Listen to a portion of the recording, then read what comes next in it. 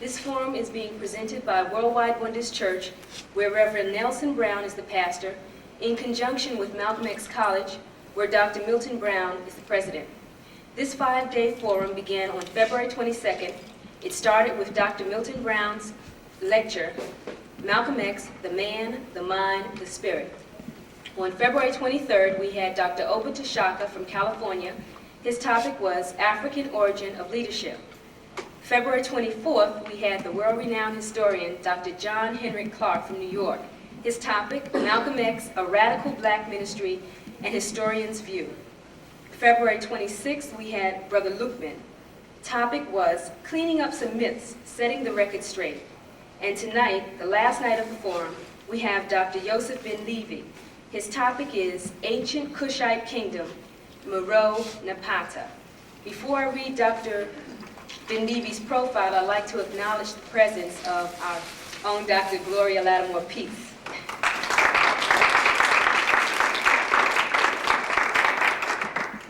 Dr. Ben Levi's profile reads as follows. Josef Ben Levi is a scholar of ancient African civilizations. His specialties include Egyptology, Sumerology, Meroitic, Nubian studies, and biblical archaeology.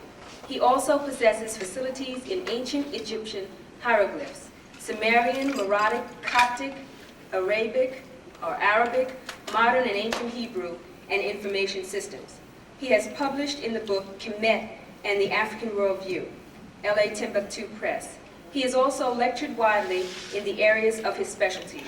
He is a former research director with the Kemetic Institute of Chicago and with the Midwest region of the Association for the Study of Classical African Civilizations.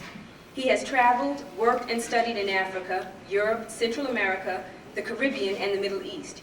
He has also served as adjunct professor of management information systems at 3 Chicago universities. He is currently director of institutional research registrar and coordination of management information systems at Kennedy King College. Prior to coming to Kennedy King College, he was a microcomputer manager for McDonald's Corp. Of Oak Brook, and prior to that, a systems analysis with the Arabian American Oil Company in the Kingdom of Saudi Arabia. Dr. Ben Levi.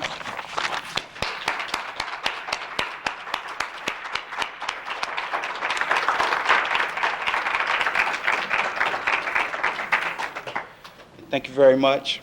I want to thank Reverend Brown for inviting me here to share some of my knowledge with you, to all of you who've come out this evening to hear and hopefully learn something of what I have to share with you. Tonight my topic is on Meroe and Napata, the ancient kingdoms of Kush. I've been studying about this along with other things for a long time. And when I say a long time, people look at me and say, well, you're not that old anyway. But I've been studying it for a long time, most of my life since I was a child, really. And I'm always very honored that I will be called out to share some of what I've learned and some of the truths that I've come to be familiar with those who want to learn about it. Tonight, as I usually do in my lectures, I like to put information on the board, share things about language, to familiarize the African community with languages that we may not know anything about, or that many of our scholars have not began to get a command of. And tonight I have 2 languages, really 1 language on the board, but for purposes right now, we'll speak about 2 languages. One of the languages I have up here is Meroitic, which is the one that looks kind of scriptish-like, that looks like shorthand for lack of a better term. Then, of course, I have the ancient Egyptian language that is commonly called hieroglyphs, but now we know that the ancient Egyptians didn't even call their language hieroglyphs. They called it Medu Netcher, which means literally the language of God, or the divine language, or God's words, or the divine words. So I'm going to talk to you tonight about these, the people of this very wonderful place, and about their language and some things about their culture and the history, and try to undo some of the damage that has been done by the European thinkers on this subject. Before I actually get into my topic on the study of Meroe and Napata, I'd like to talk to you a little bit about Nubia before Napata, before the time of Napata, which is really going to be basically a quick journey through the so-called dynasties of ancient Egypt, which really we're going to talk about the period from the pre-dynastic time all the way up until the 25th dynasty, which is really the only dynasty that they've given African people credit for having in the history. But as we will see, all of them belong to African people. Now, European archaeologists have described the culture that existed in Nubia, which is where Meroe and Napata was, for a millennium ago as A, B, and C groups. Now, these abusers of the history and culture of African people have used these A, B, and C groups, so they use Negro and Negress and any other term to describe African people when they don't want to recognize us for what we really are. So they came up with these terms A, B, and C group, and they'll always argue that we don't know what the A, B, and C groups were, we don't know what these people were like, and their basic argument is that these people were non-literate people. Their argument is that these people did not have any type of language, they didn't really have any type of culture, and since we cannot find anything about them in the history of other people, we therefore don't know who they are. Now, this is typically called the argument from silence. That is, if nothing is written about you by other Europeans, then we know nothing about you. The problem with that line of thinking is this. 4 millennium ago, the Europeans did not have a language, nor a culture, nor a civilization. So it's very difficult for them to argue that here's a group of African people who had a culture, who had a civilization, who even had language, but were not recognized as such because they couldn't find anything in their literature, and they couldn't find anything in their literature about them because during the time that their literature came out, these African people had come and gone. And what am I talking about? I'm talking about your early Greek literature. I'm talking about Homer's Iliad and Odyssey, which doesn't even come into existence until 600 BC. I'm talking about 4200 BC. That's a long, long, long time ago. Even to the Greeks, when Homer was on the scene, this was very, very ancient to them. They had never heard of it. They had to come to our people to even begin to find out about this. So when they argue about the A, B, and the C group, I want to share that with you because when you read books on Meroe and Napata, and you read books on Nubia, they will always refer to these people as the A group, the B group, and the C group. Well, for our purposes here, we're going to talk about these people as Africans, period. And then we're going to get down to looking at who they are and describing who they are. Now, the one thing that they will argue, though, is that the A group, the B group, and the C group were ethnically like the pre-dynastic Egyptians. Now, what does that mean? First, they argue that we don't know where they come from or what they look like. Then they turn around and argue that, well, these people are ethnically like the pre-dynastic Egyptians. Well, that tells us something right there. Because one thing we know about the ancient Egyptians is that they were Africans. There's been a lot of talk, a lot of work being done in the September-October issue of the Biblical Archaeology Review. An article was done called, "Were the Ancient Egyptians Black or White?" This article was written because a black woman wrote into the Biblical Archaeology Review because they had a doll, a statue of Nefertiti that they were selling. And she wrote into them and argued that, well, this was a black woman. And you should see the comments that came back at her into that magazine about what she said. They all argued that this is ludicrous, that the ancient Egyptians were white, and everybody knows that. And basically all of the arguments that came in argued from that point of view. Now, I've been a subscriber to the Biblical Archaeology Review since it first came out over 10 years ago. And I'm a member of the Biblical Archaeology Society. And I thought it was very interesting that they would come up with an article like this that tried to address the question whether or not the ancient Egyptians were black or white. Now, in the latest Biblical Archaeology Review, one of my good brothers, Brother Kamal Anderson, out of California, wrote a response to them about this. And when he wrote his response to them, the author of the article, a man who is a respected Egyptologist from the University of Chicago Oriental Institute and who is on the staff of Egyptology at the Field Museum, wrote him back and argued That basically what the brother said was right, but it was how he argued it. You see, he argued, well, you see, these people are Africans, but they are not Negroes. You see, but that's the argument they've been arguing for years. You see, there's something about racism. You know, I don't care how much, you know, they go and study in Africa, read the monuments, read the literature. They're still going to say, well, these people are not Negroes, without first addressing the question, what is a Negro? We don't know what that is. At least with the ancient Egyptians, we can say that there's a land called Egypt. We don't have a Negro land. Even with him, he's a European, of some European extraction, and he can relate to some land in Europe to claim as his land, as the land of his ancestors. Well, we can relate to that. All people have a land that they relate to. We even beginning to get wise here in America. Now we want to call ourselves African Americans. But what is that it says that we are Americans? Nothing. Nothing at all. Read an article once by a man by the name of John Crevcore, I think, and he said that, I think the article was entitled, What is an American? He said an American is a European or the descendant of a European.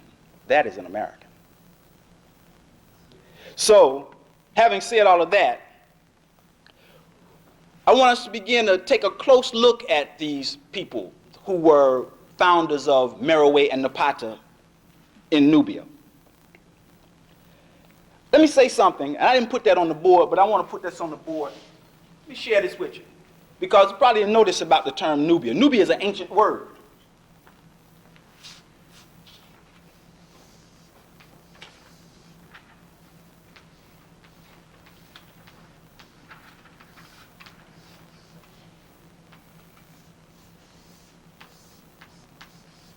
Comes from the word Nuba.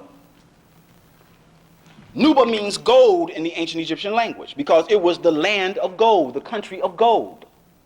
And so it's been left today and it's been kept on as the term that everybody uses now, and we call it Nubia. Now, during the earlier periods, the so-called ancient Egyptians were very fascinated with the area that is known as Nubia. They were fascinated with it because it was rich in natural resources. They had gold there, as we mentioned before. It's where we get the name Nubia from. It had incense and ivory and precious stones.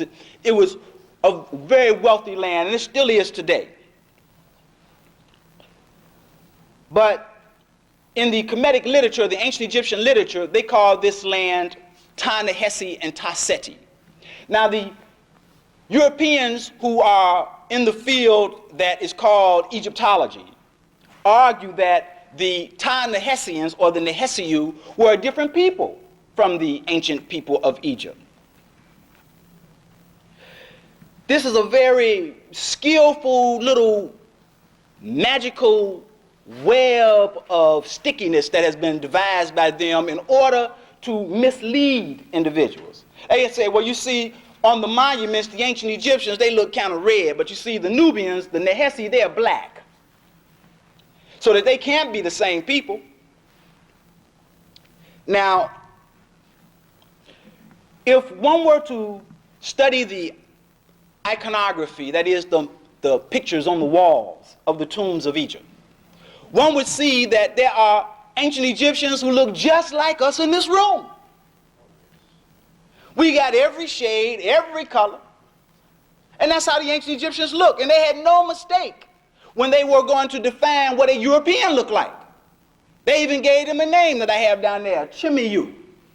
And each time they are represented in the monuments, they are represented as having blonde hair and blue eyes and a distinct way of dressing. And there was no doubt in anyone's mind that that was a European. Now, as a point of reference, in the tomb of Ramesses III in the Valley of the Kings, on the Nile Valley, in the area that is called by the Greeks Thebes, and that the ancient Egyptians called Waset, there is a representation on the walls, and there are many representations on those walls. You can find them in the tomb of Seti I. But this one in particular is unique, because on this wall there are representations of the peoples of the world at that time. You have the people they called the ancient Egyptians, and you had a representation of the people that they called that we would today call the people who lived in Palestine or Asiatics. They had representations of the people that they called the Nehesiu or the Nubians, and they had a representation of Europeans. The unique thing about this particular monument is that the ancient Egyptian and the Nubian not only look exactly the same, jet black, but are dressed in the same types of garments. The only difference is that in the names that are used for them. And we're going to look at that in a little while. So that culturally and ethnically, the ancient Egyptians, or the people that we know of as the ancient Egyptians, and the Nubians are one and the same people. I mean, it was like if the archaeologists came and dug up Chicago 5,000 years from now and discovered the bones of black people on the west side and bones of black people on the south side. They'd say, well, you see, the people on the west side, they're different. It's a west side thing. While the people on the south side, they're different. It's a south side thing. But the fact of the matter is, we all the same. We all in the same thing together. That's right. There's no difference. There's no distinctions. But that's how the game is played. Now, a lot of this misconception really goes back to the early developments of the study, the field that they called Egyptology. We can go back to in 1789 when Napoleon and his army went into Egypt. Napoleon and his army went into Egypt with two groups of people. The military army, which of course went in there for conquest, and a scholarly army, which went in there to conquer the minds of people. They went in to further the interests of Europeans, because at this time Europeans were going back searching for their ancient roots in their own history and in their own schools of thought. And the French school was one of the popular schools at that time. So they started to go back. They went to Egypt. Why go back to Egypt? Because they recognized that this was the place where things got started. So they went back there to start looking. Once they got there, they started drawing, taking pictures. They got the story of Francois Champollion. Say he deciphered the hieroglyphs he was sleeping in his bed one night, and out of the clear blue, wham, he woke up one morning and said, that's how we do it. But now let me tell you the real story that they don't tell you in the books. Some of the old priests were still alive then, because the Coptic language is nothing but the spoken form of the ancient Egyptian language. And he went to them. And I doubt very seriously if they went to the man and said, will you please decipher this for us? That is not the operation or the style of the European. They went in there, probably put a gun or a sword to his head and said, look, either you explain this to me or we're going to kill you. So he said, okay, they had a little stone, they call it the Rosetta Stone because it was found at a place called Rosetta in North Africa. And on this stone they have 3 different inscriptions. One in the ancient Egyptian language, the Medu Netcher, one in another form of that language called Hieratic, and another one in Greek. Well, Champollion and them, they could read Greek. They had him to break down the ancient Medu Netcher. And then he began to match up. Said, oh, okay, this is this, and this is this, and this is this, and they spelled out a name, Cleopatra. And after that, they killed the priest off. And then went out telling the world that they thought up the idea and invented and figured out and deciphered the code that would lead one to understand the ancient Egyptian language. But this is generally consistent with the invasion mentality of the Europeans. Now,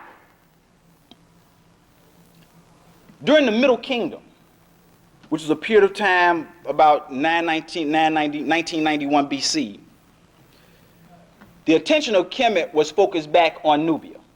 Now I keep referring to Kemet, and let me go ahead and break that down because I like to set the record straight before we move on. Everybody knows about the ancient Egyptians, but the ancient Egyptians didn't call their land Egypt.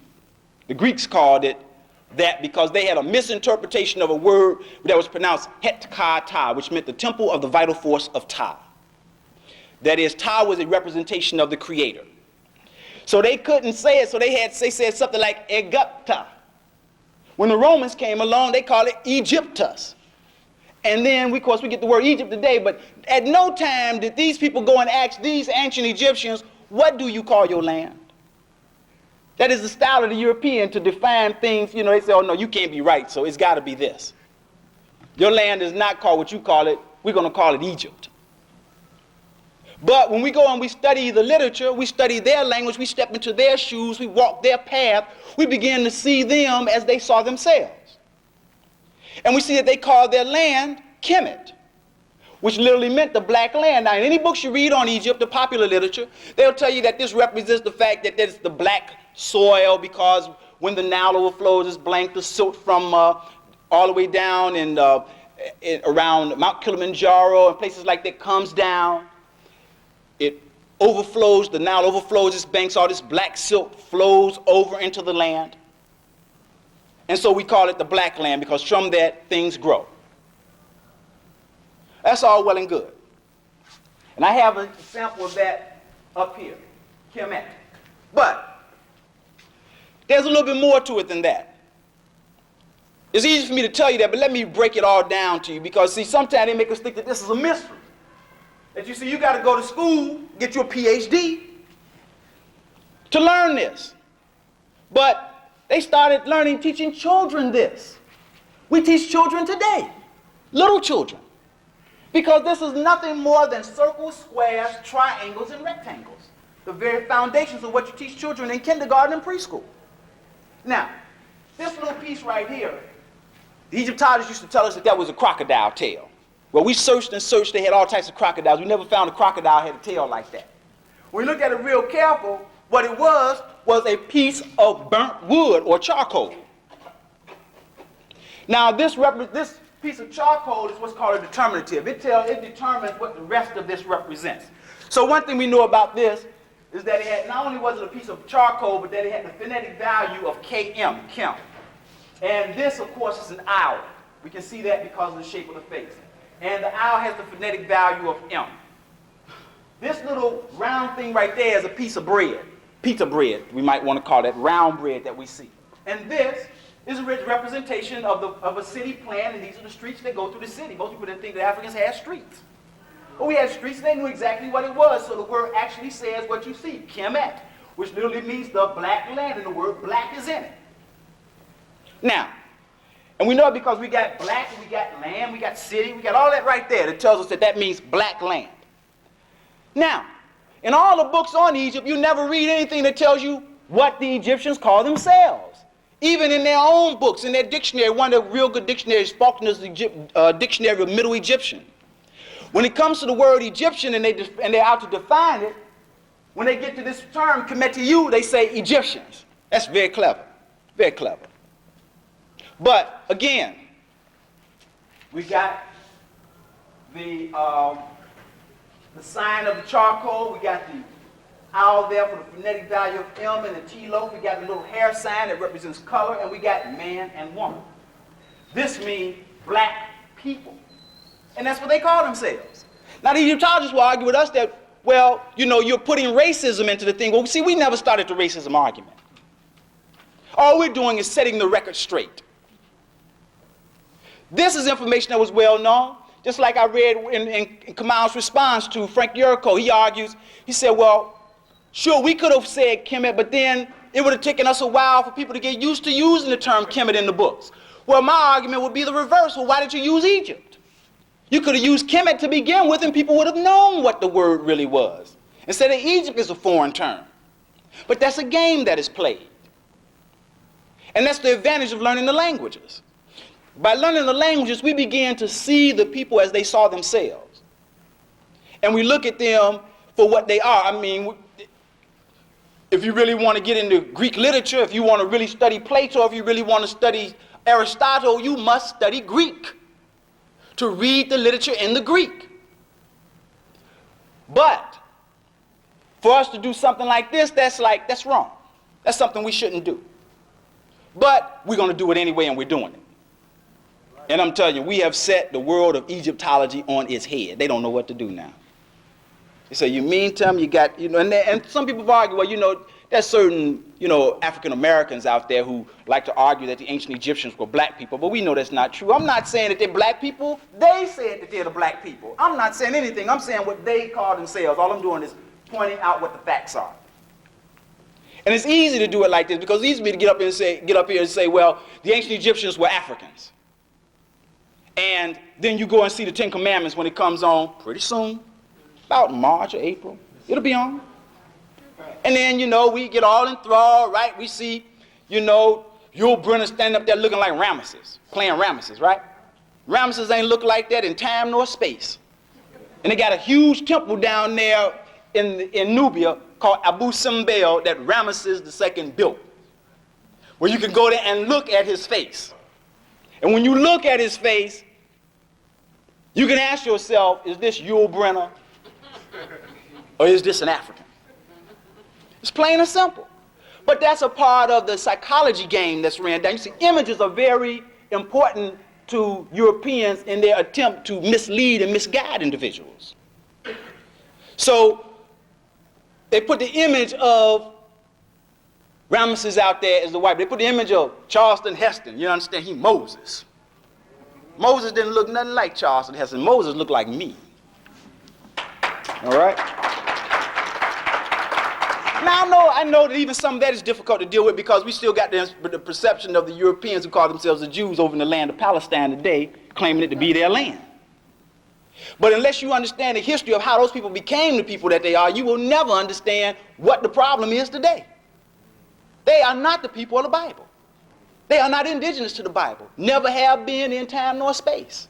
Study the history of the people who are called the Khazars and how they converted to what came to be called Judaism in about 970 AD, and how they began to move off into into Eastern Europe after 1017 AD, when the Russian Byzantine army forced them out and pushed them over to the areas they call Poland and Czechoslovakia and places like that today, and how they got into the land of Israel. They've been having everybody out here fooled, but history speaks for itself, and there are many of them who know. Then I always get a kick out of it because I speak fluent Hebrew. And I go right in there and engage them in some dialogue, and they always open up and admit, never fail in all my years of having discussions with them, with the chief rabbis and all. They all admit it. But then they always tell me, hey, we own the land, we own the guns, we own the planes, what can you do? I tell them, well, you got that right, buddy. But there's a difference. You see, there is the creator of heaven and earth. All right? And the creator of heaven and earth said that he would overturn the land until it fell into the hands of the rightful owners. And that day is coming. That day is coming. And it's all before you. All you got to do is look and see. Now, the reason why I point out so much about Nubia is that the ancient Kemetic people, or the Kemetiyu, viewed Nubia as the place of their origin.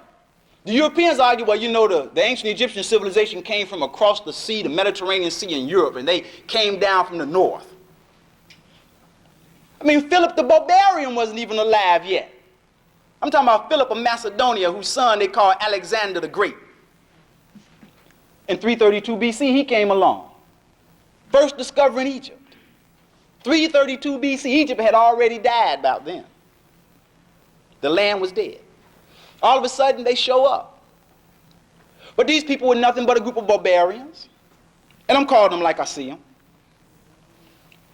But they viewed Nubia as their homeland. That was the place of their origin. It was always viewed as the place of origin. It was always the place where the ancient Kemetic people went to seek refuge, to regroup themselves, and go back to fight their battles, to regain their land. And now, the history of Kemet was not always the history of people taking over lands. You see, that is the European's concept of history. The European cannot perceive history other than as a history of wars. You think, I don't get nothing from you unless I take it from you. That's how they view it. And you go and read the early European writers, Polybius. Go and read all of them. Thucydides. You go and see them, you see that all of their history is based upon the history of war and conquest, and that is just the nature of European history. That's why they call their stuff tragedies. The news is based on Greek tragedies. I mean, the news is tragic, right? I mean, everything you hear about it is bad news. But that is the nature of Greek society. And so, when we look at the African societies, we see societies that were based on peaceful things. The only time they defended themselves was when somebody came in and picked on something that belonged to them, namely their land, their money, or their honey. If you mess with any of those things, you were violating what was very personal. And they began to retaliate because of that. Now, the place called Thebes, that is popularly known as Thebes, that the ancient Kemetic people call Waset, is in Nubia. Is in Nubia. That's where the big temples are, the temple of Karnak, the temple of Luxor. It's in Nubia. The valley of the kings, where all the kings are buried and the queens and the nobles, is in Nubia. They don't like to tell us that. They like to make us think that it's someplace else. You know, like the pyramids are built next to the Eiffel Tower or something like that. You know, but all of these things exist right there at the homeland of the ancient Egyptian people. Now, the first king of the 12th dynasty, his name was Amenemhat I. Now, Amenemhat was of Nubian origin. He was a Nubian. When you see his face, he's a Nubian. But those are not the people they like to show you. They like to show you the people from the 32nd dynasty, the Greeks and the Romans. And that, again, perpetuates the myth that the ancient Kemetic people were not Africans. And see, they play on our intelligence, right? Make us think we dumb. Tell us, well, you know, they were Africans, but they weren't Negroes. I want you, because you read that a lot in the literature. Or they'll say, yes, they had dark skin, but they were Caucasians. You know, I still have difficulty understanding that line of thinking, and I studied it a lot. I mean, now I understand the origin of it and the history of the terms and all of that, so I can appreciate the psychology behind that, because you see, when you're scared and you don't know who you are and you want to hook up with something that's ancient, you understand? And you realize that you're not that ancient. It bothers you. It bothers your consciousness to understand that you are Johnny-come-lately to the scene of history, a newcomer. Your God is new. Your name is new. Your cities are new. Everything about you is new when somebody came along thousands of years ago whom you consider to be inferior, intellectually, morally, in every other kind of way. Now, but Amenemhat was a very interesting individual, because Amenemhat, his reign was predicted back in the 4th dynasty. One of the priests came to Seneferu, the pharaoh of the 4th dynasty, and told him, look, there's going to be a time when a king is going to reign by the name of Ameni. And Ameni is going to set things in order. He's going to bring peace back to the land. He's going to bring the old days back. And he went down and began to start at Nubia to begin to rebuild the ancient Kemetic civilization. Now, our topic tonight is about Kush. Of course, we know about Kush in the Bible. You know, the children of Israel, when the Syrians were attacking them, you know who they asked to help them out? The Kushites. He said, we know them some bad brothers. Have no doubt about it in our mind. And if you read your Bible carefully and study your history, then you know what happened to the Assyrians. And that was real.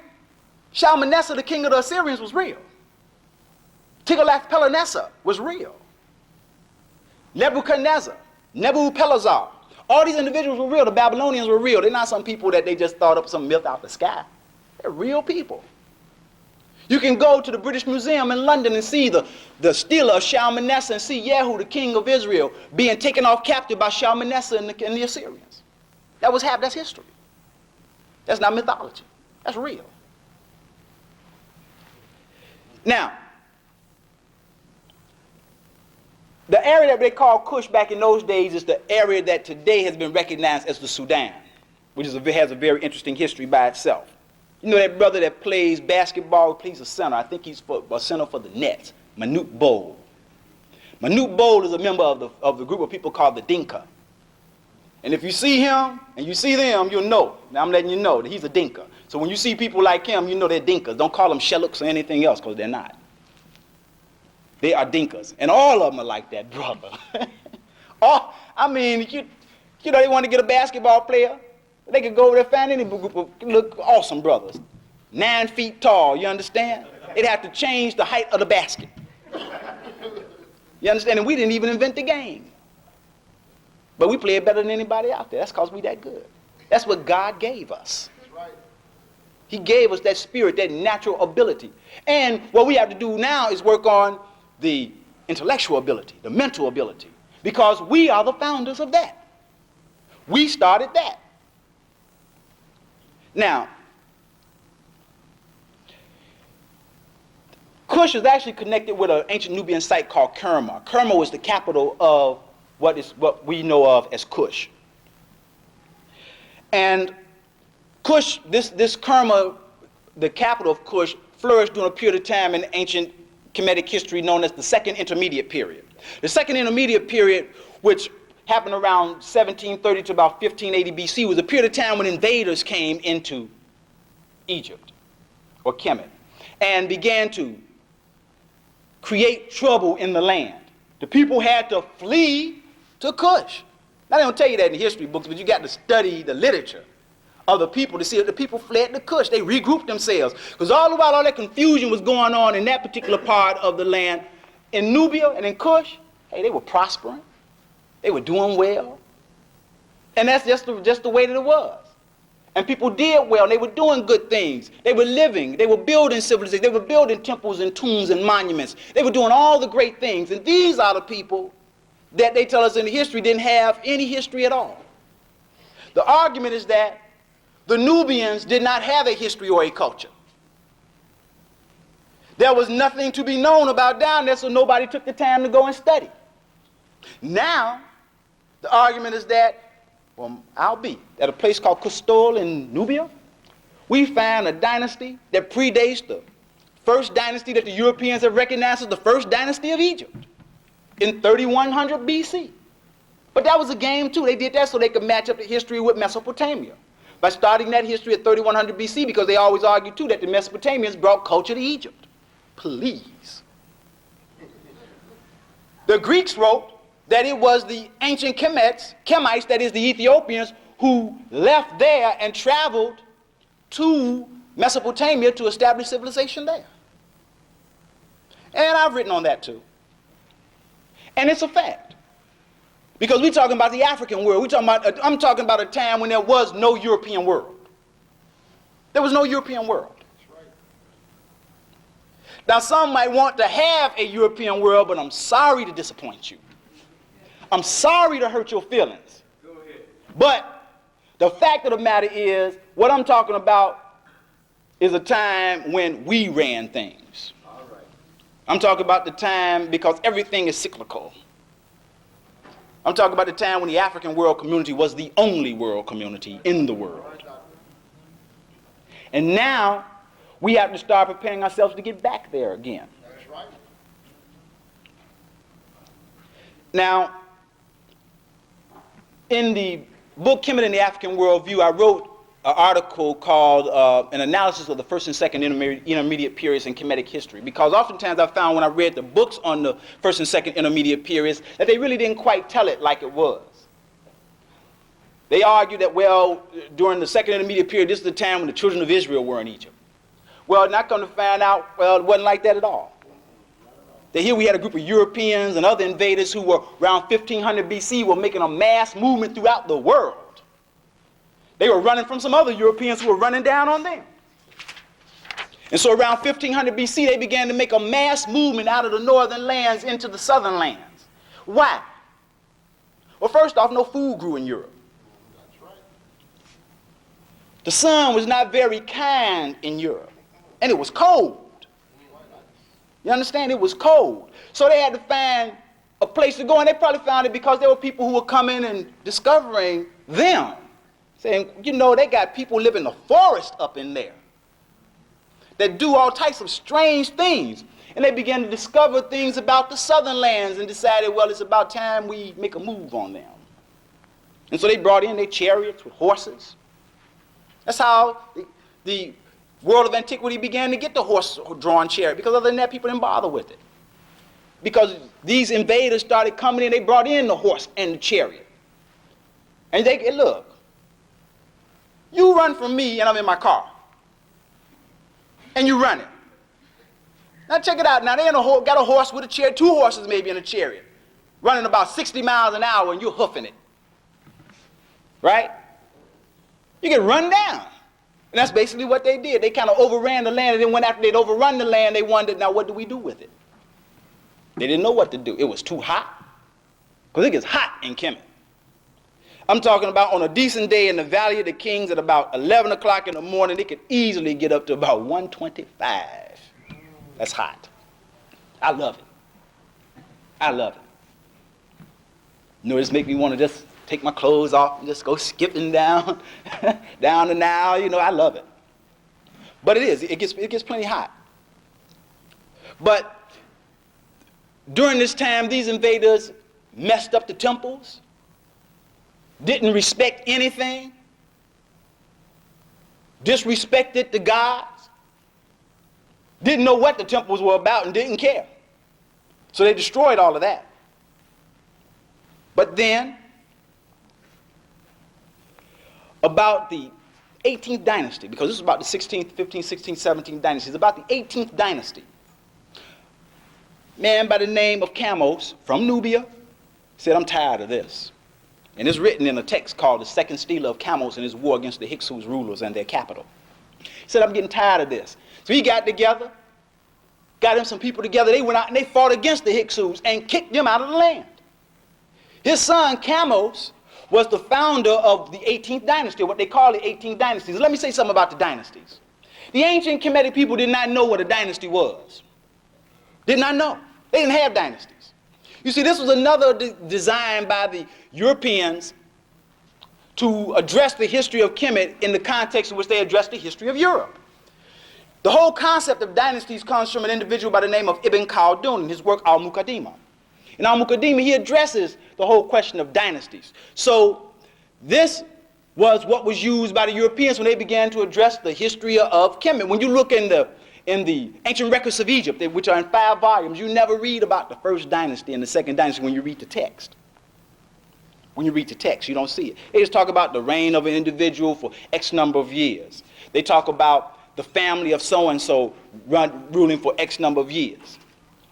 So that they really didn't have dynasties, but for the sake of our discussion and for continuity, I'm going to make reference to that, but I want to also clear you up on what a dynasty is all about and that the ancient Kemetic peoples didn't know what a dynasty was. They didn't have Blake Carrington and all of them.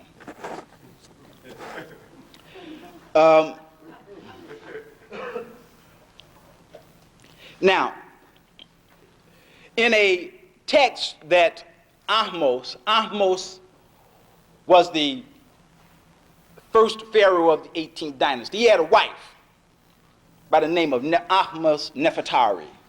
Now, I'm not talking about Nefertiti here. I'm talking about Ahmes Nefertari. Very different woman. And people get her confused sometimes with Nefertiti. Now, I got a story about Nefertiti, but I'm going to save that for another day. And I know you're just itching to find out, aren't you? Yes, definitely. Nefertari is a jet black woman. Ahmes Nefertari. From Nubia. Again, I told you, they came from Nubia. Now, what they like to argue is that, well, you know, Amos went down there and met this black woman. You know how that story go, right? Some European always saying, well, you know, I met the woman, I was overwhelmed by her, she captivated me, I captured her, and I married her. But again, the Europeans that we were dealing with at this time were still barbarians. They didn't have civilization. They didn't even know how to act. In fact, when they came in, we grabbed our women, our children, and everything that we could grab and carry on our backs, and we left and went home to Nubia. Now, I want you to know I haven't even begun to talk about the history of Meroe and Napata yet. We're getting there, though. Now, he points out in the inscription, he says that His Majesty went up to Kent Henefer to bring the Nubians home after he had destroyed the Asiatic invaders. That's what he did. He brought Nubia home, brought the ancient Kemetic people back to their homeland, and destroyed the Asiatic invaders. But it was Tutmosis I, and that's another thing. The Greeks called him Tutmosis. Or you read about the Thoth literature, or the Greeks called him Hermes, the Hermetic literature. Well, the ancient Kemetic people called this individual Jehuti. That is, Jehuti represented wisdom, knowledge, education. When I started working at Kennedy King, one of the things that was asked of me was that we wanted to change our symbol because the symbol was Kennedy and King. And we didn't like that because that didn't really represent what we felt would be the spirit of the people. So I was asked to design something that would represent that. So naturally I thought of the term Jehuti because it represents something divine about education. And because it was the symbol for education, for knowledge, and for wisdom, and for learning. And so Thutmoses is really Jehuti-Moses. That's the real name, Jehuti-Moses in the ancient language. Now, during the reign of Queen Hatshepsut, who was a pharaoh, and I got that word down here where you see Per-a-a right here. Per-a-a literally means the big house. Even though traditionally in a lot of literature we read about the pharaoh, that's not what he really called himself. He had a long name, titulary name, that represented many things about him. Lord of the two lands, son of the sun, the great bull. I mean, when you came in, you just couldn't say, hey, Tut, how you doing, brother? You know, you had to come in and address this man by all of his titles. And Hatshepsut was the pharaoh. Now, she wasn't the only woman who was a pharaoh in ancient Kemet. Back in the old kingdom, they had women who were pharaohs. But we don't talk about that, you see. You see, that's not in the interest of European world male domination, to talk about the value of the African woman. Well, I'm here to tell you about it. I'm here to tell you that African women did tall business. They ran tall kingdoms, and men gave them top dollar respect. And during the time that Queen Hatshepsut was ruling in Kemet, there was never a time in her regency when there was a war. Not once. There was not a time when people had conflict with her. She had peace. Commerce grew immensely during her reign. Everybody was happy and everybody had some bucks in their pocket. Nobody was sad during this time. Hatshepsut was a great queen. But oftentimes, we're not told about her because, you see, she was what they call, quote, an Egyptian. And see, and we're not Africans. That's what they tell us. You are not Africans. You're not like them. But if we're not like them, who are we like? And I always put out the challenge, find me somebody out there that we like. Show me one European. Let me tell you something. The Europeans are all about being European now, seriously. They used to make us think that the West Germans and the East Germans didn't like one another. But they speak German, and they live in Germany, and they're about the business now doing what? Becoming one Germany. It's called Pan-Germanicism. It's back again. They did it back in the 1800s. They're doing it again. They're talking about becoming a one Europe. It ain't the French or the English. You understand? Or the Germans or the Poles, any of that. We're going to be all Europeans. You understand? They're becoming one with themselves. We were the first people who were one with anything. And it's time for us to get back to that. That's right.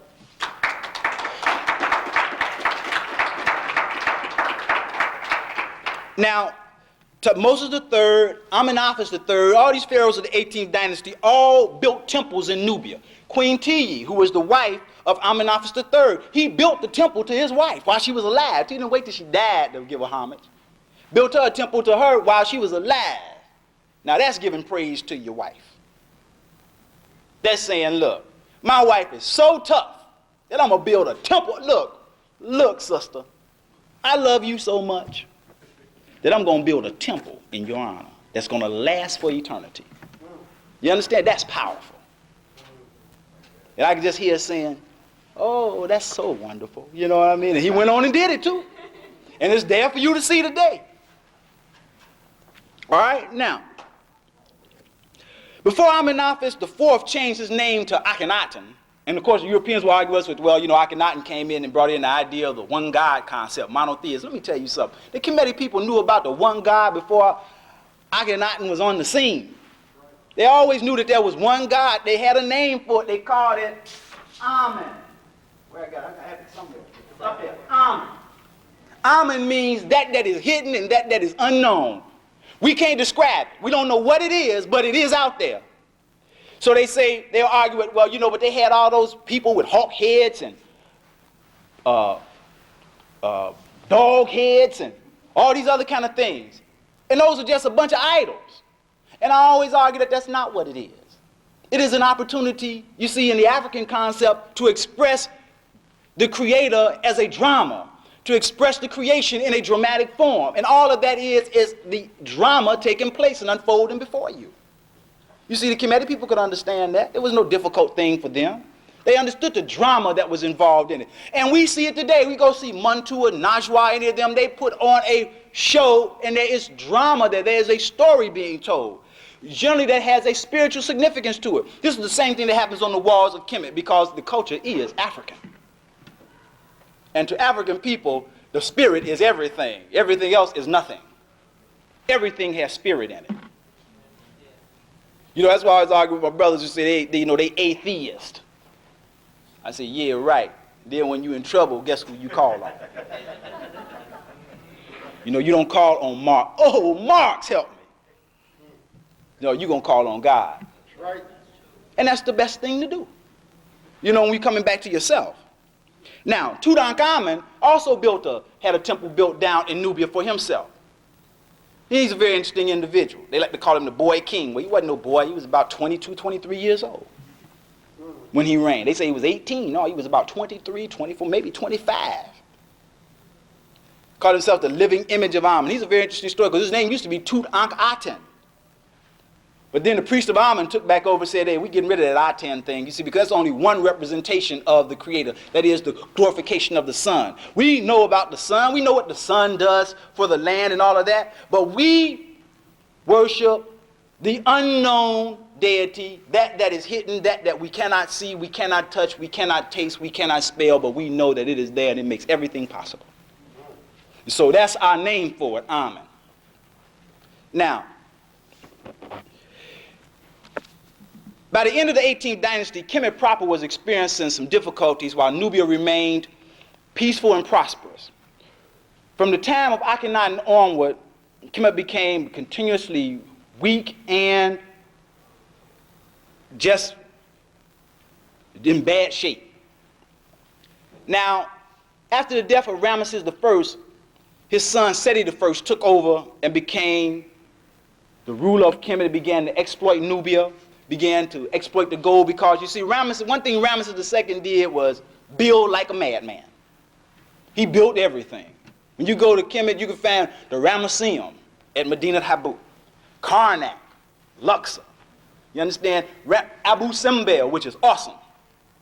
Built all of these things out. He just went crazy building things. Now, but let me say this about Abu Simbel before we go into an actual history of Meroe and Napata. Abu Simbel is one of the last pieces of antiquity from Nubia that exist out there today. You see, when they built the Aswan High Dam,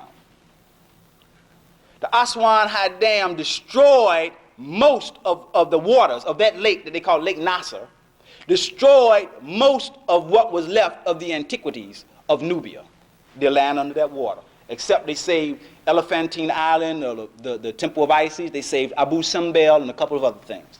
Other than that, they wiped it out. Now I used to wonder, now why did they wipe that out?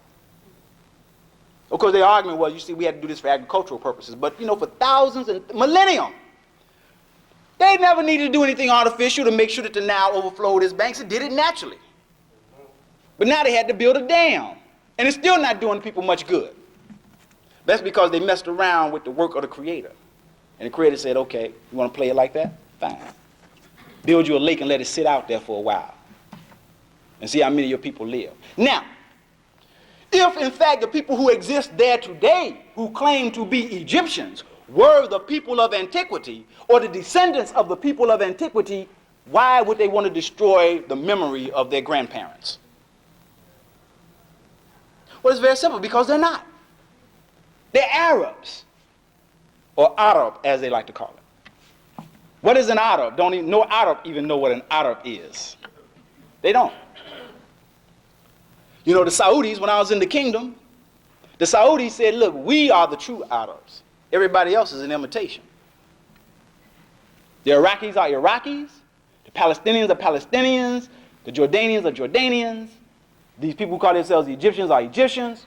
And we are Saudis. We're the only people out here that's named after some individual that we can direct ourselves to.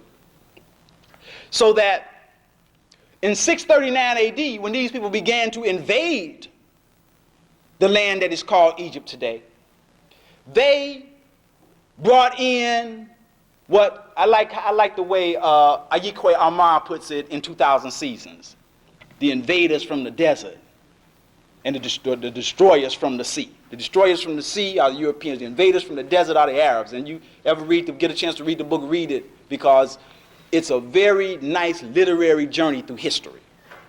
And he lays it out and explains what they did. And that's not knocking anybody who's a Muslim. I give that respect. I say, be anything you want to be, but know what you are. Know what you are. And if it's some dirty deeds, acknowledge them. Be truthful unto thyself. And the Arabs done some dirty deeds to Africans 1,000 years before the Europeans came in and did dirty deeds too. And that's all to it. And I had a young brother tell me that I was wrong. I told him, go study your history before you come and argue with me. You know, go study your history. And I'm not going to deny any of the great things that many blacks did who are part of the Islamic world community. But the true Arab don't think anything of any African who claimed to be a Muslim. And I'm telling you what I know because I lived in the heart place of Islam. And I saw how they treat black people. You understand? I saw it with my own eyes. And I speak Arabic. Used to dress up. They didn't know me from anybody else. But I used to see it. But now in the classical period of time in Saudi Arabia, pre-Islamic, I'm talking about, pre-Islamic, that is before Muhammad, there were the kingdom of Himyar, the kingdom of Sabia, that were very closely related to Ethiopia. And they were there, and they were African kingdoms. But hey, they don't even acknowledge that. I had some guys take me way out in the desert just so I could see some of that stuff. Because they don't even acknowledge it. They just began to look at it back in 1982. And they just stopped slavery in Saudi Arabia in 1962. So, you know, it's some interesting things that go on there. Now, the kingdom of Meroe and Napata. Now, this is basically broken up into two periods. The Napatan period, which lasted until 270 BC, and the Meroitic period, which lasted until the fall of the kingdom in about 320 AD. Now, I want you to point out, even though they separate these into Meroe and Napata, this is still the civilization of Kemet. They done backed out now, got away, began to reestablish themselves. They like to tell us that the only time that these people began to establish themselves in ancient Kemet was in the 25th dynasty, what they like to call the Ethiopian dynasties.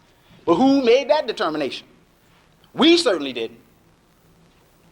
All of them were Ethiopians if you take the classical definition of Ethiopia as the burnt-faced ones. They all had burnt faces. So they were all Ethiopian dynasties. There's nothing unusual about that. But until we begin to write the history ourselves and correct it for ourselves, then that story is going to continue to be pushed out there.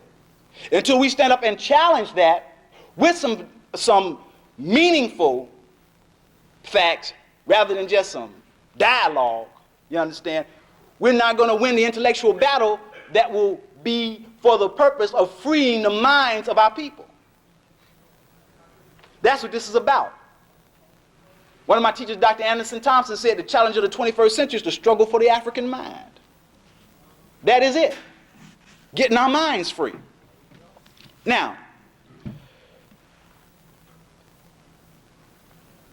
Meroe, which I have written up here, and I have this written in the Meroitic script. Now, they like to argue that the Meroitic script has nothing to do with the ancient Kemetic script. But the problem I had with even understanding the Meroitic script is that I couldn't understand it without understanding this. You know, African people, we're real skillful and crafty, especially when it comes to language. Oh, we could take a language, I don't care anybody's language, and we can make it into all types of things. We can be creative with stuff. At this time, we have a lot of other invaders coming into Kemet learning this language. So to me, it seemed that the people got together and said, hey, we're going to do something a little bit different. We're going to do some rap on them. We're going to come up with something else that they can't read. We're going to speak it a little bit different so they can't understand us when we talk. And so they said, well, okay, we'll call this Meroitic. But the Meroites called it Medu Netcher, which is the same thing that this is, God's language. So, and because I'm not up here to give you a whole discussion on linguistics, I can show you how there's a relationship between certain of those symbols and certain of these pictures right here. Now, The reign of the Kushites was a time of economic and cultural restoration for Kemet, which lasted for several decades. In Kush, we had the first iron ore industry. It is the place where iron ore was founded. In addition, in Kush, in Meroe and Napata, the line of descent was recognized through that of the mother, not through the father. I mean, it didn't happen like that in Kemet. The line was always recognized through the mother, not through the father. Not that the father didn't have a place, but the line was always, that's the African way. The line being recognized through the mother. That was giving props to your mom. We still give props to our mom. Sometimes we don't even know why. But there's a reason for that. It's just like the problem they have with what they say, we speak black English, you know? Of course, how can we speak black English when English ain't even black? You understand? It ain't even black. And that even though we may speak it with they say that we have a difficult time speaking the language because the way we think, you see, is a little bit different. We don't think like the Anglo-Saxon. We think like the African. So the words come out with the African syntactical form. But the words come out with something like the English words. So it don't come out, so we just take the language and do whatever we feel like to it. As long as we understand it, who cares what other people think about it? Who cares? Now, of course, the English teachers would argue with me and say, well, that is not proper. You understand? I always like to argue with them, and I've had this discussion with some English teachers. How many of you, when you argue that black students can't learn English, can't read, can't write, how many of you all have ever studied African languages and began to understand the nature of the people that you teach? From the African standpoint, not from the European standpoint. You walk into the classroom assuming that the student knows English already. When the student is not even a descendant of England. His father is not George. His mother is not Victoria or Elizabeth. But it's perceived that way. So consequently, our students have a problem learning English. And it's going to continue to remain like that until our teachers began to learn the structure of the African language and began to understand how we acquired that language. Language is very powerful because once they begin to understand that, we're going to see some big changes. We're going to see people do better in school. People are able to read and write with no problem. Because those of us who learn how to read and write, we still faking at it. You understand? We still faking at it. You know, learned it from reading a book and watching how somebody wrote. Say, yeah, okay, it must go like that. All right? So they did have this matrilineal form of descent, which is very consistent with the people of the Upper Nile Valley and also consistent with other African peoples. Now, as the inscriptions show, the people were clearly representatives of the pharaonic rule of Kemet. They were a part of the ancient Kemetic rulership, the ancient Kemetic kingdoms. They worshiped the god Amun. That was their deity in Nubia. They had strong appreciation and recognition for the African woman. We know this because they used to have a title that I wrote up here on the board called Mother of the King and the Lady of Kush. And we know that term because now, and I'm giving it to you right for the first time, it's called Kandakes. And that's what it looks like over there. And it means Queen Mother, not Candace. Kandakes. And it means Queen Mother. And the Queen Mothers played major roles in the kingdom. They had roles in the temples. They were priests and priestesses. They performed certain types of rites. And we see this today. We speak about in the various African belief systems that are prevalent in the United States. The Yoruba belief system, Santeria, Candomblé. All of these forms, which are forms of the Yoruba belief system that exist in the Caribbean and that exist throughout the United States, they have women who perform many of the rituals. Certain rituals only the women can perform.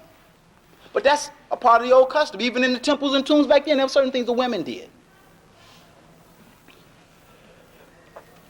Now, a lot can be learned about the Kushites of Meroe and Napata by studying the literature of other peoples. You can, of course, find out information in the Bible because the term Kush is mentioned quite often in the Bible. You can learn about it in the Assyrian literature, as I've mentioned before. And of course, there are lots of literature by the Greeks and the Romans that speak about them. So these people attested to the greatness of these ancient African people and the things that they did and the things that they accomplished. Now, one of the great pharaohs of the Kushite kingdoms was a man by the name of Kashta. Kashta was one of the people who was involved in the struggle for the sovereignty of Kemet, because you see, you had invaders constantly coming in, taking over lands like Africa today.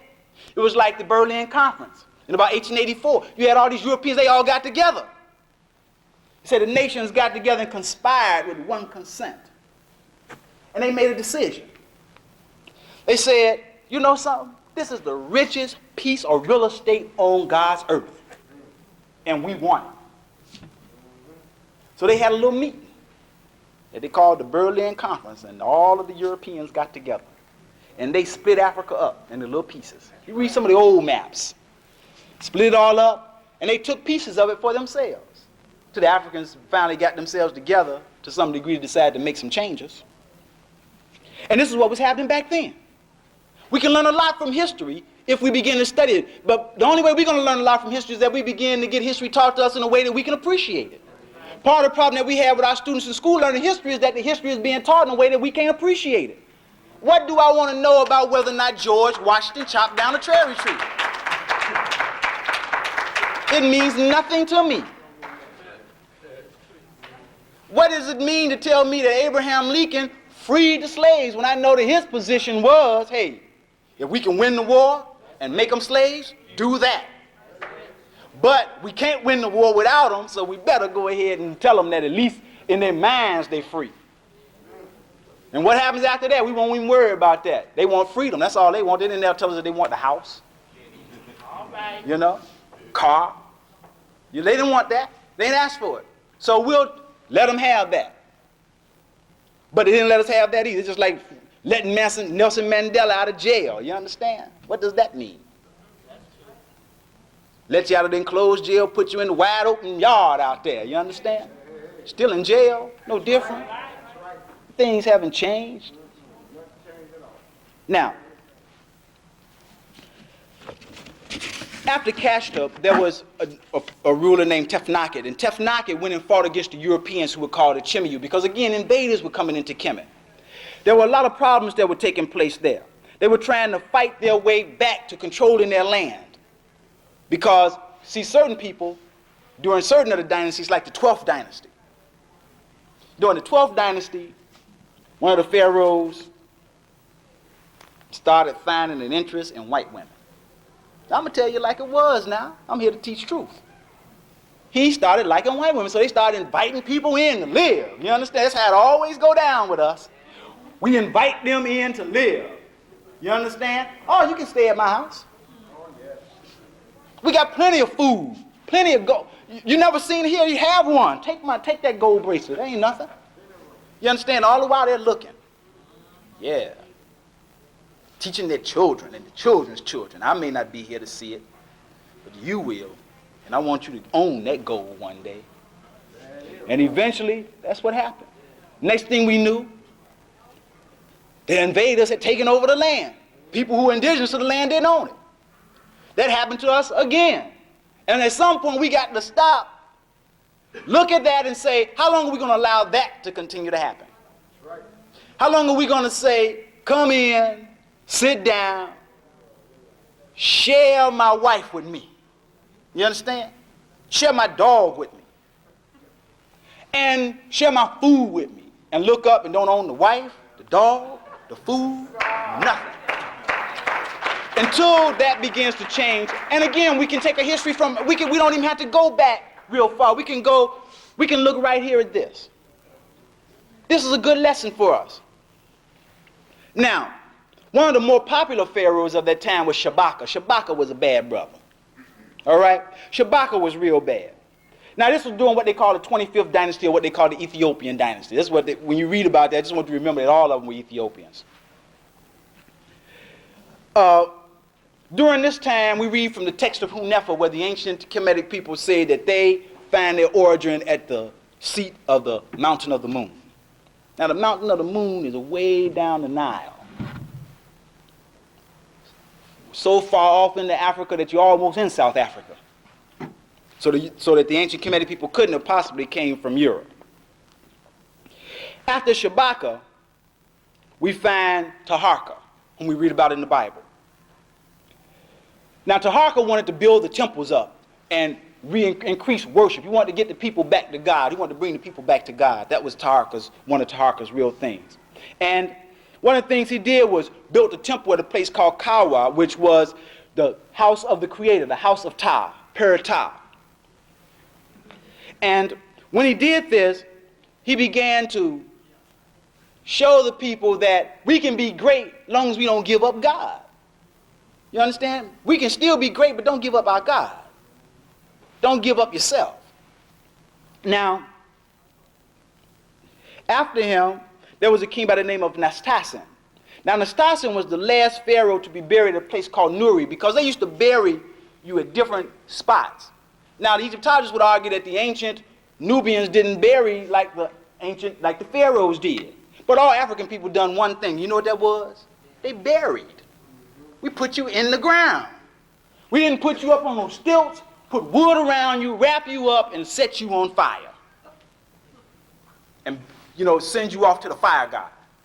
We didn't do that. That's not our style. And all of them performed the same thing.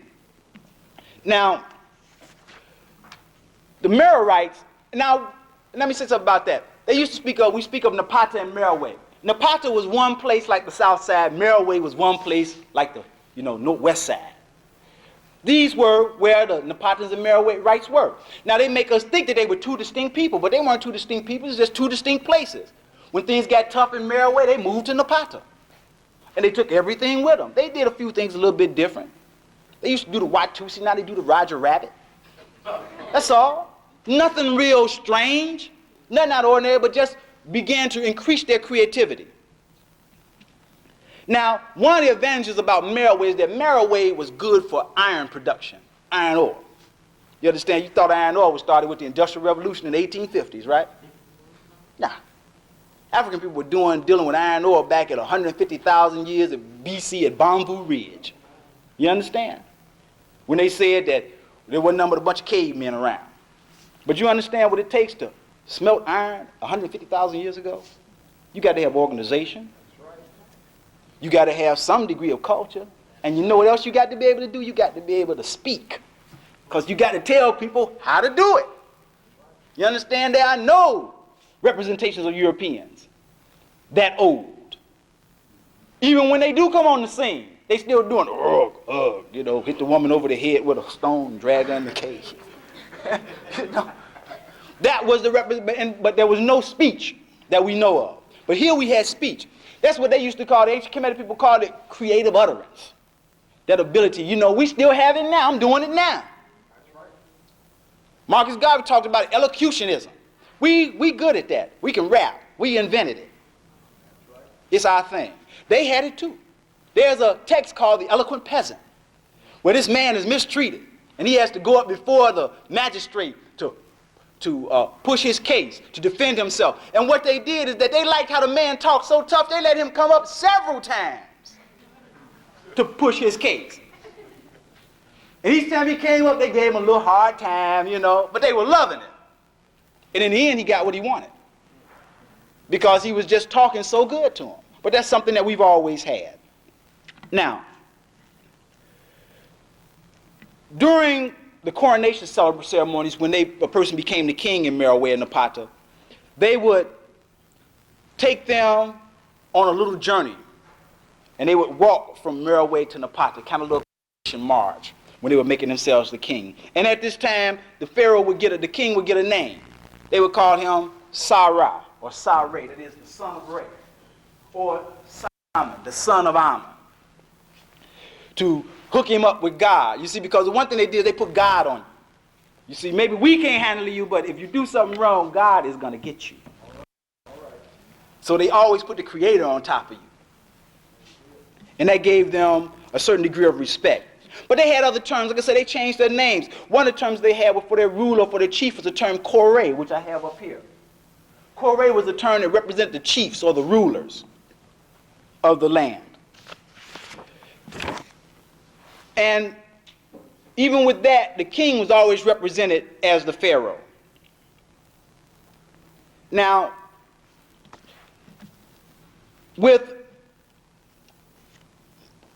I point out to you about Nastasin,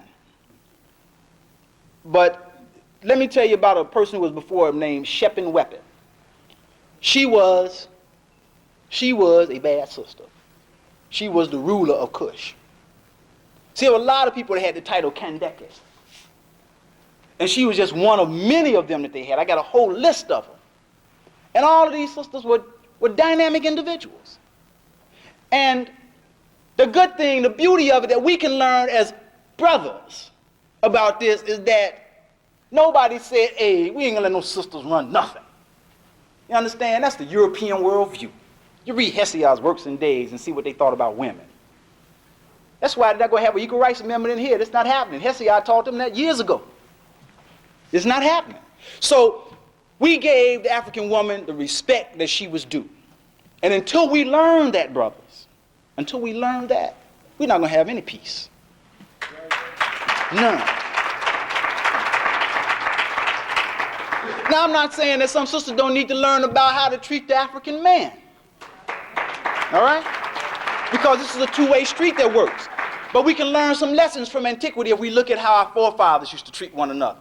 I mean, we can go back and look on the rock paintings 25,000 years ago at Tassilian Argent in Libya and see how the women were treated and what they did and how the men were treated. We can learn a lot of lessons about that, and we could build up our families, because now 1 out of every 4 black males is in jail. Where's our future? What's going to happen? We got to look at that. Now, during the time of the Greeks, when they came into Egypt, remember the Greeks came into Egypt in 332 BC with the conquest of Alexander. You know what Alexander did? Now I'm gonna tell you the history they don't like to tell you in school. Alexander had a bunch of barbarians with him. They ain't had no women with him. When Alexander beat the Persians at about 537 BC, and I could be wrong on the date, but when he whooped the Persians, which is what he did, the Greek men made a decision. Not the Persian men, the Greek men. They said, we're going to marry every Persian woman we find. Or at least that's what they call it. You know, but it wasn't marriage. They said, we're going to marry every one of them we find. We're not going to leave one for any Persian man, because they killed off as many men as they could. But that's always a part of the game. Study our history. Wipe out the men, leave the women standing. But see, it's something very funny about African women. They ain't as meek as they always appear to be. So Queen Nzinga fought against the Portuguese and dusted them. Dusted them. She was so tough against them that the king of Portugal had her summoned to Portugal. And when she came to Portugal, he wanted her to treat him like he was the king. She said, hey, but I am a king too. So she got one of his men, sat him down, you know, and sat on him so that she could be at the same level as him. And then now they talk. Now we can talk. Give me my props, we can talk. This is what we have to learn about our history and what happens. But when the Greeks came in, the Greeks were really strange. Not only did they come in and learn in Kemet, because they get all their learning from Kemet, and that is acknowledged by them. When they came in, they were fascinated at what they saw, and they wanted it. They wanted the temples, they wanted the tombs, they wanted the monuments. When they built temples, they built temples like the ancient Kemetic people. At Edfu, there's a temple that was built by one of the Ptolemies, one of the Greek rulers of Egypt. And if you saw it, you wouldn't know, unless you knew that Ptolemy built it, you would think that one of the ancient pharaohs built it. When they died, they want to be buried like the Kemites. Now, if imitation is a form of flattery, that's it. When they wanted to go to school, hey, they wanted to go to school in Kemet. Oh, no, you know, I want to go away to school. Send me to Kemet. Right? They sent Pythagoras there, and he had to still wait 25 years before they let him go to school.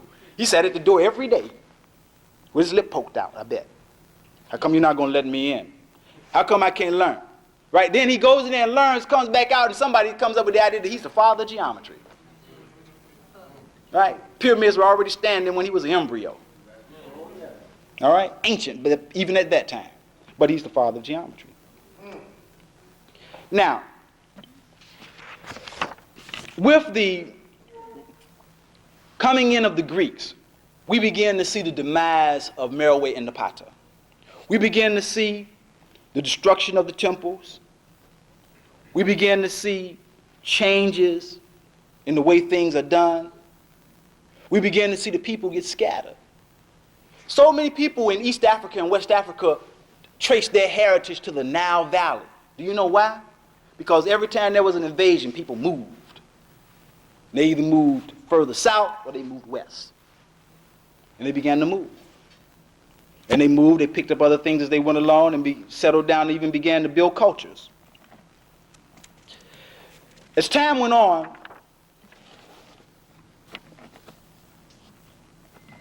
the women were more and more in control of the way things were run at Meroe and Napata.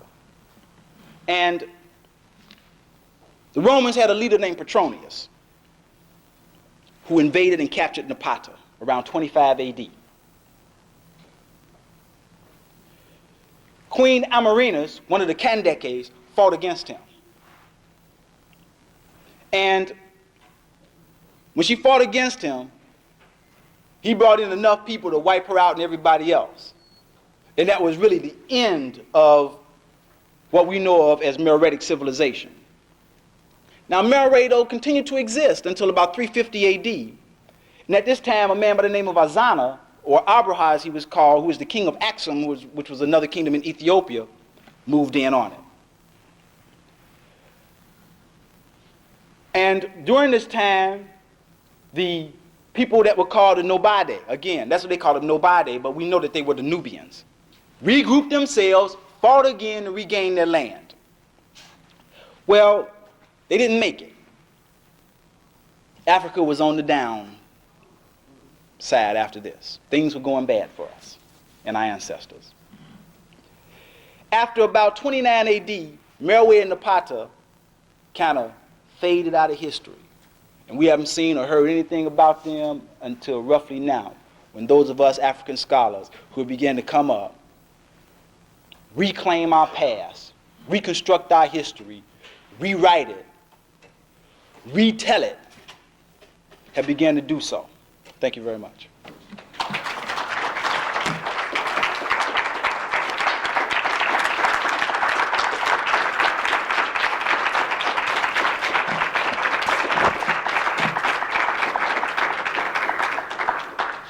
Do we have any questions? If you have any questions, you may be able to ask the professor. If you have any questions of the lecture, you may be able to ask the professor now. By elevating your hand one at a time. Yes, ma'am. Congratulations. Thank you very much. Foremost. And always respect that from my teachers especially.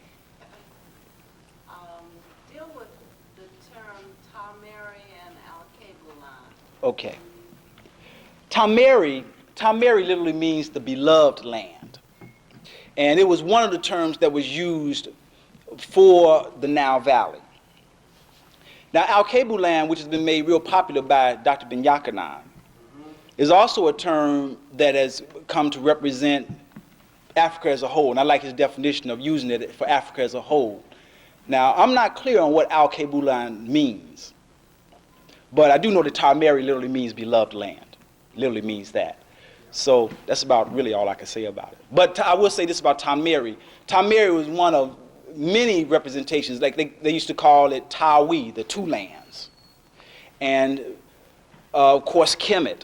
So it really depended a lot on who was ruling at the time and what they felt as to the definition that was being used or who was governing at a particular time. But it was always Kemet, though. There's something to that root ta. It's found in other words. Oh, yeah. Oh, yeah, I can... Ta is the word that the Kemites use for land, and it's in a lot of things. Taseti. Taseti was another name for Nubia. Ta-Nehesi was another name. anytime that we see that in the Kemetic writing where they use the term Todd, it always represents the land of a particular individual. But it's no more than saying, well, the south side of Chicago. Yes, sir. Yes, sir. Okay, I have a question about just the history of the downfall of Kemet. When we study books like The Destruction of Black Civilization and other books, Stolen Legacy and God Wills the Negro, they all seem to start at approximately maybe 4,000 BC, 3,000 BC, which is, as you mentioned in your lecture, from that time on down was pretty much the fall. The civilization was in this United States. Could you give us a sense of what happened prior to that time, and what books or what kind of direction can we go in to study that period? Okay, there is a book out called Egypt Before the Pharaohs. I can't think of the name of the author, which gives you some sense of what that's all about. I would also, of course, recommend the works of Cheikh Anta Diop, and I would recommend, of course, any of the works of, well, look at even the works of John Jackson. And if you can, look at Willis and Huggins' Introduction to African Civilization, written in 1931. Because all of our early scholars, and I literally mean those people who are in Dr. John Henry Clark's generation, have all talked about all this stuff that my generation has learned by studying the language and all of this stuff. They knew all this stuff without knowing any of that. All we do is come back behind them and confirm it. Because we got the language with us now. We can go in and look at the text and things. We have certain tools that they didn't have. And so now we begin to look at this. But prior to this recognized first dynasty in 3100 BC or 3200 BC, in Nubia is where everything was happening. The language had already been established. Because when the Pyramid Age came about in the Old Kingdom, the first 2 or 3 dynasties, had already been stuff going on prior to that time. They were already building tombs and things for people. They were already doing mummification. They already had the regency set up. They already knew how they were going to set up the kingship. They already had organization for families and for government. All of that was already established by then. And it seems that just at some point, Europeans grabbed a date and said, okay, we're going to take 3100 BC as a good date. Because that'll match up with Mesopotamia, and we don't want Egypt to appear to be greater than Mesopotamia. Because at the time that they were doing that, there was a real push to support the biblical literature by arguing that history started in Mesopotamia and so forth. But even in the Bible, it says that after the people got together, that they journeyed east to the land of Shinar. So east of the Nile is the land of Shinar. East of the land of Shinar is India. So when they journeyed east, they journeyed from Africa to there. But when they were in that early period, they had everything going for them then. They already had the language established. They already had all the things for civilization going for them then. In fact, I would easily argue that after the Old Kingdom, Egypt actually went into decline. Because whatever they had going for them, they had going back then. Everything else after that was nothing but imitations of whatever happened in the Old Kingdom. The Old Kingdom language is the most classical of the languages. The Old Kingdom style of doing things is the most classical style. The whole process of the coronation, what they call the Hepsed festival, where every 30 years the pharaoh had to be re-enthroned. And the only person that went through that was Pepi, who lived 100 years, and Ramesses II, who was reigning for 60 years. He went through 2 Hepsed festivals. So that all those things were already established back then. So everybody that came after them after that was just following on the Old Kingdom process, which was the old Nubian process. You Yes, sir. mentioned during the 12th dynasty, they began to bring in foreign women and marry. 2 questions. What pharaoh was that? Can you talk a little more about that? And what role did Ethiopia play in the development of Egypt? Well, the pharaoh I'm making reference to was whose name is basically written out as Amenemhes. Amenemhes, or Ameni, the one that was talked about in the 4th dynasty, Sneferu talked about. When he became the ruler, a lot of foreigners began to come into the land for various reasons, seeking food, shelter, and they also came in there seeking work, because it was a place to go to work. Just like in a lot of countries today. A lot of people in many of the countries overseas, and from my own personal experience, are people who come from other countries who come there to work because they may not have the skilled people, or they may have jobs that the people there don't want to do, so they get other people to do them from other countries. And so it's just like the pyramid building project, which is a good example. The general assumption is that the pyramids were built by slave labor. But the pyramids were a public works project where people worked on, men worked on, it was 200,000 men that worked on it. They worked 20 years to build it. They worked in shifts of 3 months each. They got paid, and melons and leeks. It's all in the text. What they got paid for doing this particular work. And of course, there's no mystery how they built them. They say, well, we don't know how they were built. We do know how they were built. That's in the text too. And of course, one of the good arguments to say that we don't know how they were built is to say that some spaceman built them. And that's anything to deny that African people did anything. So they say, yeah, well, some people from outer space built them. But Ethiopia's role in the development of Egypt is most significant. Again, even in my discussion today about Nubia, I'm making Nubia synonymous with Ethiopia. It's all one in the same place. And if it were not for that, there would be what we know of as Egypt today. It could not exist. Because that is the very foundation of what we know as ancient Egyptian civilization. And it was those people, quote, the Ethiopians or Nubians, who made all of that happen. Yes, sir. What is the proper name for the writings called the Book of the Dead? The Book of the Coming Forth by Day. It's called the Book of the Coming Forth by Day. They call it the Book of the Dead. At least the European Egyptologists call it the Book of the Dead because it represents the journey of an individual through the 12 hours of the night and the experiences that an individual go through. But there are many books that are coming forth by day. You could, if you had for the right price, you could have one done for you, which address your specific needs and your specific concerns. And the most popular one done by Wallace A. Budge, the Book of the Dead, that's a title that he came up with, but it's really called the Book of the Coming Forth by Day. That is what I like to call the Book of the Resurrection, because that's what it's really all about. Going through the journey after one passes on and making the transition from this life to the next.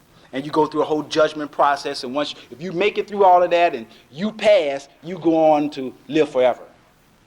If you don't, as the text shows, there's a crocodile sitting down there with a hippopotamus behind, and they're waiting to eat you up because they take your heart and they weigh it on the scale against a feather. And if your heart outweighs the feather, then the crocodile eats up your heart. And that's where we get the first story, that's where we get the first concept, the idea that when you die and you don't do good, you go to hell. And some monster eats you up. That they've come to represent as Diablo, the devil. But the very foundations of that idea, the judgment scene and everything that takes place in various types of the Christian literature, we see right there in the Book of the Coming Forth by Day. That's it. The judgments that are laid out there, the decisions that are made, going up before the great God, after you pass the test and everything, all that's in the Book of the Coming Forth by Day, the Book of the Resurrection, as I like to call it. How you doing? I just walked in from class, and I'm kind of lost in the sense of where I am. I don't know what this group is about. So that was one of my questions. I don't even know what your name is. Like I said, I just walked in, and I walked in on the southwest shop nearing the end. And maybe, but from what I'm gathering from walking in, it seems like you all are trying to study your African heritage or your African roots. Yeah, we are studying our African roots, yes, our African heritage. Okay, and one of the other questions that I had was, what kind of documents, or maybe you have some kind of brochures that can help me as legitimacy as to what you're speaking of? Like Sure. your symbols are on the board Sure. and everything to make it more legitimate in my mind. Sure. I would suggest that you start out, you have to have a pencil and a piece of paper for this, right? But first off, the language that I have written up on the board is what is sometimes called ancient Egyptian hieroglyphs. But the ancient Egyptians called it Medu Netcher, or God's language.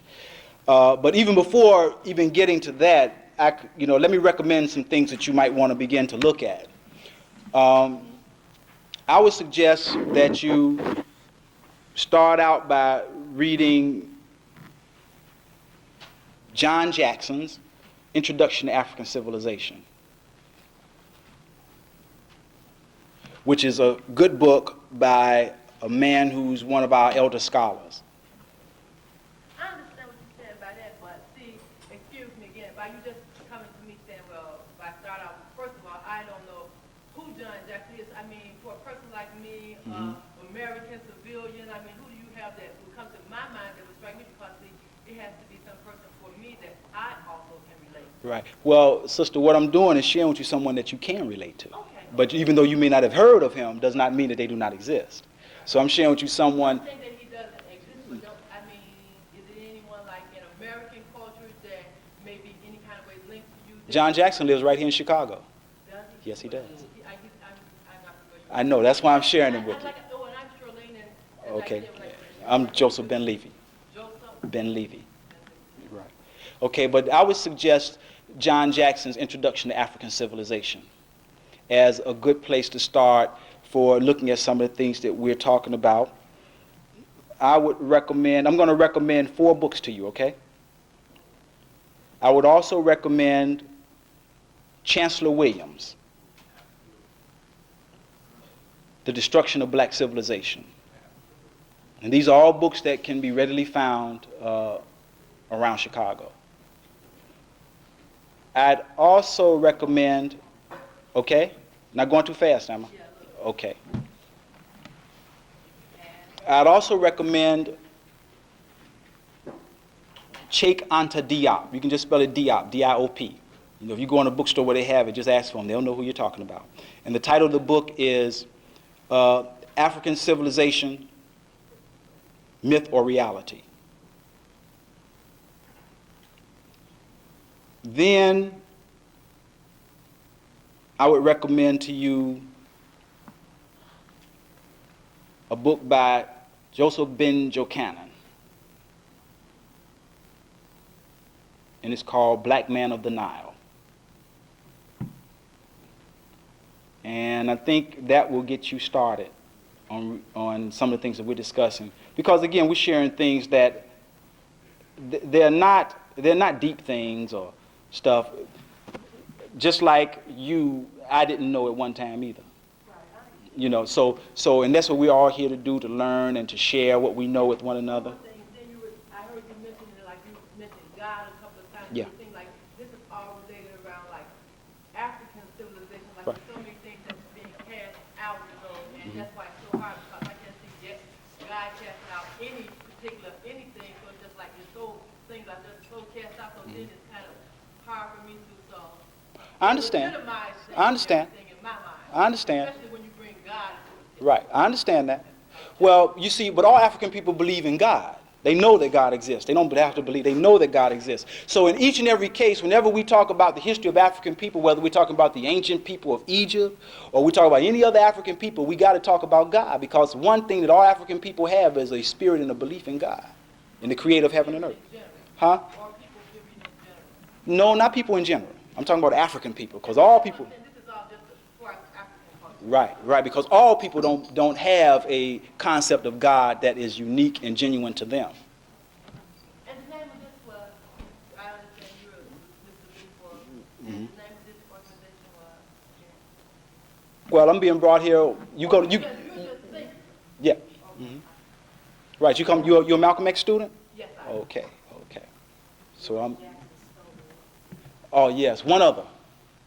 George James. Right. A guy by the name of George James. It's called Stolen Legacy. Even though that might be it might take a little work going through it, but each of these books you're gonna have to read them 100 times, and you'll still learn something new from them. It's like reading the Bible. Every time you read it, you'll get something else out of it. Yes, sir. You mentioned earlier about the educational system in our language, in English. Mm-hmm.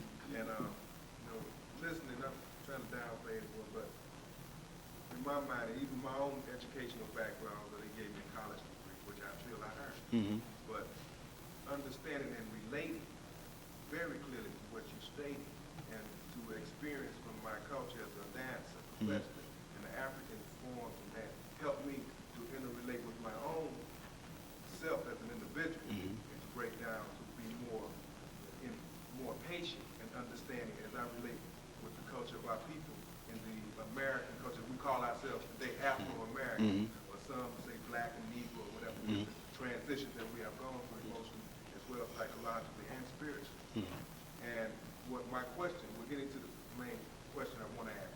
How can we, as a people here in America, or right here in Chicago, can bring this style of form of education, besides through the arts of our Black arts of culture and dance, but through the verbal language in educating our children at an early age, as well as the future English, so-called English American teachers, to better communicate and translate this style of education so we can have a more positive force of readers, mathematicians, to enforce our language into our young children. Where can we start? How soon can we start? And we need to start today. Okay. To answer the question, where do we start? I always answer that by saying, I start with the self first. Okay? One of the things we have to do is begin to learn to appreciate the way that we use the language by studying the way that we deal with the language. And once we begin to understand that, then we have to go out and teach it. We have to, it's the only way that we're going to get teachers of this is that we teach them. See, nobody else is going to do this for us. We're not going to go, we're not going to go to the University of Illinois and get a master's degree in English literature and then be able to go out and teach our people English by teaching them about Chaucer and Beowulf or Hamlet or any of the other European literatures. We really have to study our literature, and we really have to study our people and our thinkers, and to go back and digest the language and how it's done. For example, on Channel 11, I think it is, Channel 20, they're doing a thing on the history of English. And I thought it was very interesting, especially when they get around to dealing with our people, because they never really touch on the subject, and they never really bring in some people that I thought could have been brought in, like Dr. Gloria Lattimore Peace, whom I think is excellent when it comes to linguistics and who's one of my inspirations, whether she knows it or not. Gloria Smitherman. There are many people I could think of who could be brought in to address that issue.